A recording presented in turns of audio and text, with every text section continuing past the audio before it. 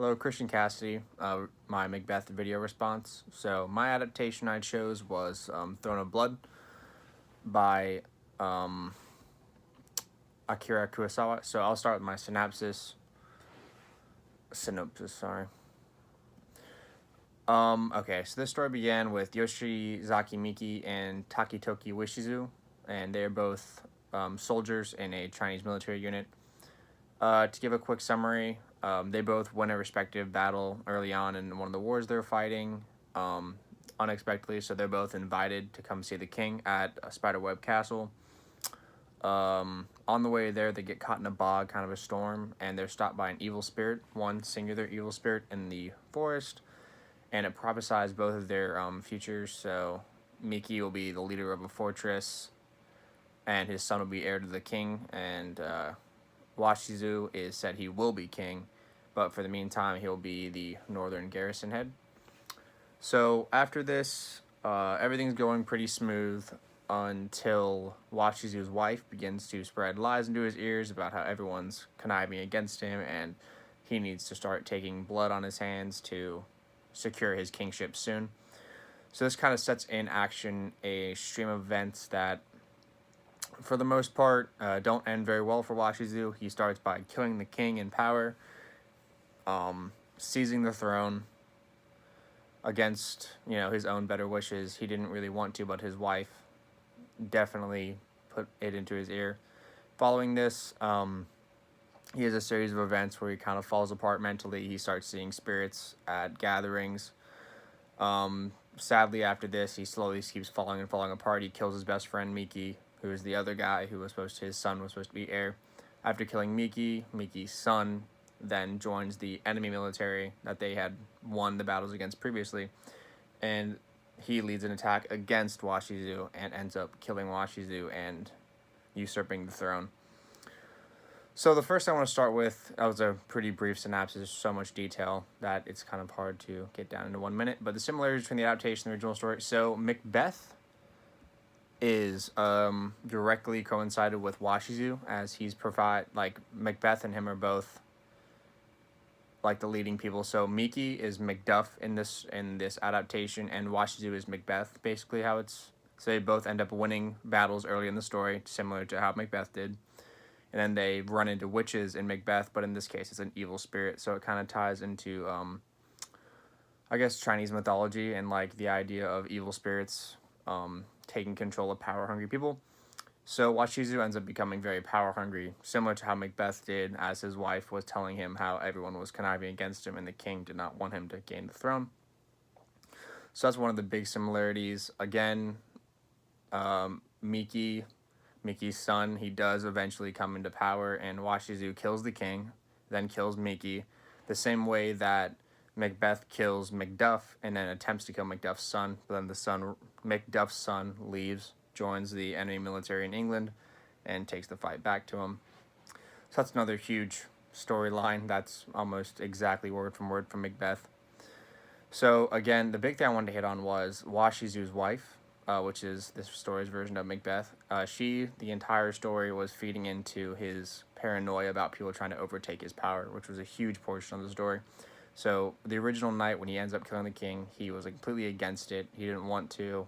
He said he had an evil dream. He thought it was just the spirits talking to him, and she was, "How bad you want the power, ambition make the man," is her exact words. So I thought that was not, it's kind of exactly from Macbeth, in the same way that he ends up killing Miki, again, like I already said. And then some of the finer details that they hit on in Throne of Blood was how Washizu's wife died. The same way Macbeth's wife died. They said that she had blood on her hand that she could not wash off, which is more of like her own evil demons talking to her. So it ends up with her off stage killing herself and suicides, what's kind of meant to be taken by the audience that way. And then similarly, the same way that the spirits prophesied in the beginning of the story, at the end of Macbeth, they said that the forest will have to come to where his castle is, and then a man not born of woman will kill him. So they don't exactly, this is where the differences start. So the trees must attack, basically, was what the spirits prophesied for Washizu in his story. So in this case, Washizu was shot by arrows from the forest, but there was never any part of the story that mentioned a man not born of woman. So, like the Caesarean section was the who killed Macbeth in the other story. So that was just a little interesting.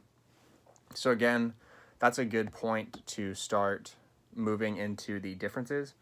So the number of spirits kind of changes. So in Throne of Blood, they run into one spirit originally, then they run into a couple.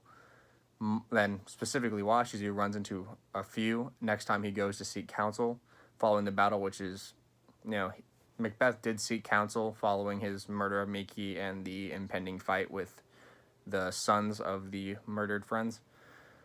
And but they see multiple spirits. Washizu does. He sees multiple when he goes and seeks information from the spirits second time, which is pretty much a big difference.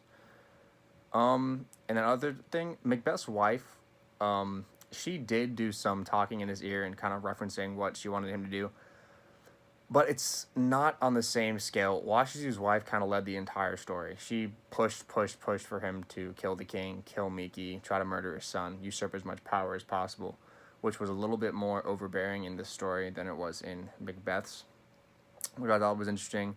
But overall, the story really adhered to Macbeth. A lot of the stories, like how they became power, how they were separated, how Washizu or Macbeth killed the king because of the wife's threats, then tried to kill their friends who thought they were conniving against them, killed the sons, attempted to kill the sons, sons go, join the enemy comes back, kills, end of story. Power-hungry men always lose, and evil spirits you shouldn't listen to.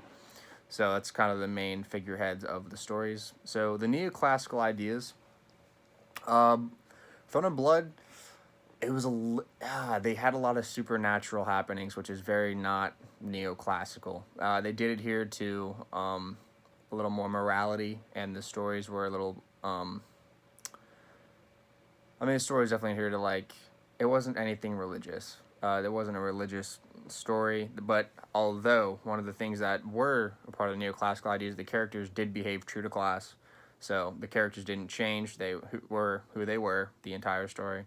There weren't any big time jumps, which is true of neoclassical ideals. However, there were many different stages, battles, blood scenes, fights, which weren't traditional in neoclassical ideals. There was a little more bloodshed.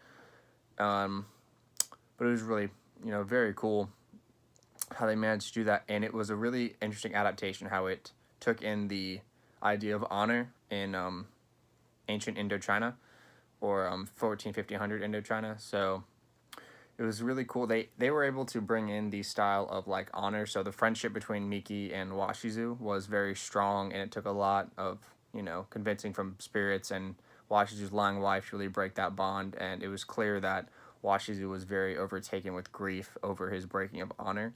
So that theory of honor, of kingship, was very strong, and power hungry again was very common in that time in China, as there was many different provinces and many different kings and wars continuing at one time and a lot of unrest. So they did an amazing job adapting to the new time, place, and culture. So there was more broken down into military ranks. There was a focus on honor again specifically, and then they had all of the style of castles and garrisons that were very common in warring in China. I guess I'll get to my overall rating of the story. So I did a scale of 1 to 100. I chose to do dancing. Where's it at? I can't remember. There it is. All right, dancing lords, because the warring lords of China is pretty cool. And there's part in this story where a guy dances right before Washizu sees a spirit, which I thought was a pretty interesting and cool part of the story. So out of 1 to 100, I would like to give it a 90. Other than just some shakiness on the video, which could have been on my end, just from the connection, there was a little bit of a break in certain parts. But the way they stayed true to Macbeth while also influencing the time, place, and culture, and bringing in the ideas of family, honor, that was huge in China, the garrisons, kingship.